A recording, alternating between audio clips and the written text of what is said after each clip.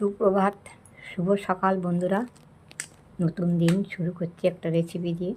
আমার পূজা হয়ে গেছে। এই যে টাটকা পুঁই শাক, এই পুঁই পাতা দিয়ে আমি একটু ভর্তা বানাবো।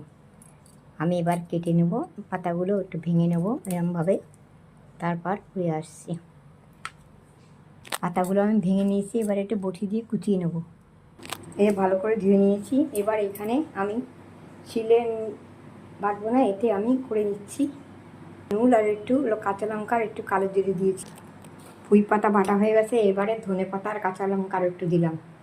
ধনে পাতা আর আবার কাঁচা লঙ্কা বাটা হয়ে গেছে, এবার এর সঙ্গে মিশিয়ে দেবো। এবার কড়াইতে সর্ষের তেল দিয়ে দিচ্ছি,